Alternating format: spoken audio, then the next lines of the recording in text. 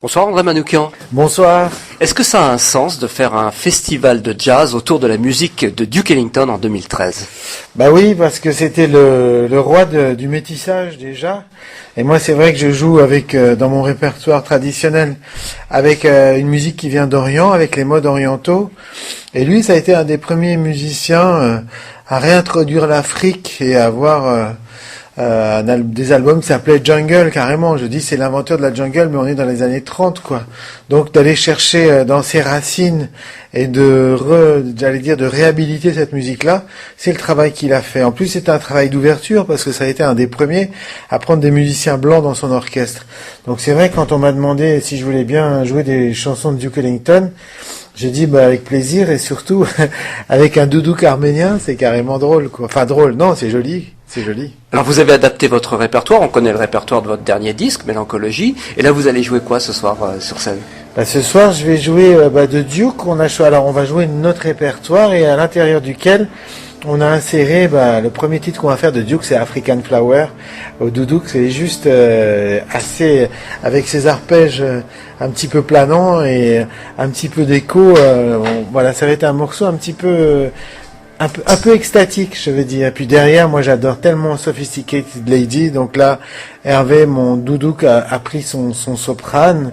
Et puis derrière, on joue aussi Solitude, que je jouais avec Malia. Donc chaque fois, c'est des trucs de Duke qui me parlent. Sinon, ça n'a pas trop de sens. Et puis Hervé m'a proposé Cottontail. Et là, c'est un swing un peu plus, j'allais dire, traditionnel. Mais ce qu'il y a de bien chez Duke, c'est qu'il y a des bonnes tensions et des bons accords tordus, quoi. C'est-à-dire qu'on est toujours dans des tourneries qui sont autour du blues, mais tout d'un coup, il destroy ça, il met une bombe à l'intérieur et c'est génial, quoi. C'est une de vos influences à vous en tant que compositeur? En tant que compositeur, non, pas vraiment, mais par contre, c'est un modèle en tant qu'homme, en tant que chef d'orchestre, en tant que visionnaire et en tant que passeur. Pour moi, c'était pas quelqu'un qui s'enfermait dans un truc, qui avait toujours le souci de passer cette musique-là, de la faire comprendre et surtout d'aller la chercher dans ses racines. Il y a des albums que j'aime de lui, c'est Black, Brown and Beige et cette idée toujours jouer autour du métissage et de recoloriser le big band. Pourtant c'est difficile parce que c'est un genre qui est très précis. On peut pas dire que Count Basie ait fait ce boulot-là, c'était autre chose, mais encore une fois de remettre le dawa pour moi africain à l'intérieur d'un big band, c'est assez génial, quoi. Ouais. Deux mots sur le line-up ce soir des musiciens qui vous accompagnent. Alors c'est donc Kevin Révérend à la contrebasse, Stéphane Huchard à la batterie, et Hervé Gourdikian au saxophone et au doudouk. Et souvent quand je commence ce concert, je dis que je suis en cure de désintoxication vocale parce que je me suis toujours planqué dans ma vie derrière les chanteuses. Pour moi, c'est toujours le plus bel instrument du monde.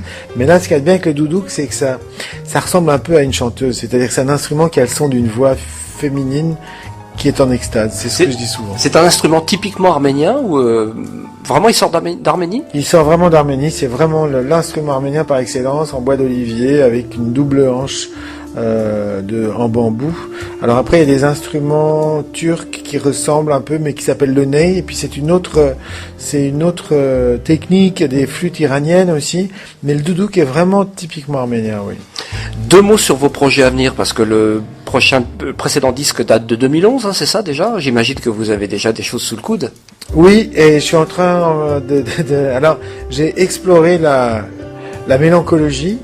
J'ai envie d'aller explorer j'allais dire la joie de vivre, même avec autour de ces rythmiques-là. Ces rythmiques encore une fois du Caucase sont des rythmiques un peu composées. Il y a des grosses musiques de fête, donc voilà, c'est bon. J'ai assez fait. Je veux pas dire que j'ai assez fait chialer, mais j'ai envie d'aller dans un registre un tout petit peu plus festif et donc du coup peut-être de convoquer d'autres instruments. Il y a des instruments traditionnels qui ressemblent à comme des espèces de bombardes qui ont un son de dingue, ça s'appelle le zourna, il y a plein d'instruments encore, donc j'ai envie d'aller un peu explorer de ce côté-là, du côté de la joie. Une date déjà peut-être Non, c'est peut-être un peu trop tôt pour la prévision de sortie d'un album. Un peu tôt, mais ça pourrait être dans 4-5 mois, on va dire, voilà. Wow, génial. Merci beaucoup André, bon concert. Merci beaucoup.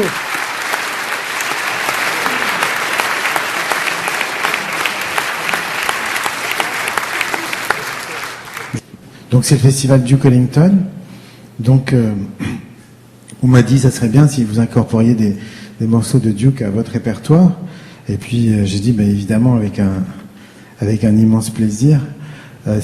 Pour moi il représente les aristos du jazz, quoi. Et quand je dis les aristos, c'était tellement quelqu'un qui survolait tout ça. Et ce que j'adore dans sa musique, c'est que ça a été un des premiers à réintroduire l'africanité à un moment où c'était pas forcément à la mode, et d'aller chercher il y a un album qu'il a fait qui s'appelle Jungle. Pour moi, c'était dans les années 30. Duke Ellington, il faisait déjà de la jungle. En plus de ça, c'était un des premiers à ouvrir son orchestre à la mixité, etc.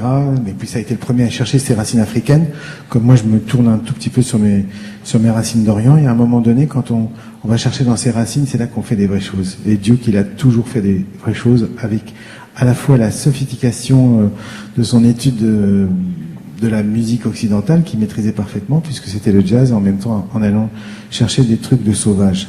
Et alors j'ai dit, on joue Duke Ellington, mais on va le jouer au doudouk. Et c'est là que je me suis aperçu, doudouk Ellington. Voilà. Elle est puissante, hein. Donc, on va vous jouer un morceau, le premier morceau de Duke. Il s'appelle, justement, je parlais d'Afrique, et c'est une super balade qui s'appelle African Flower.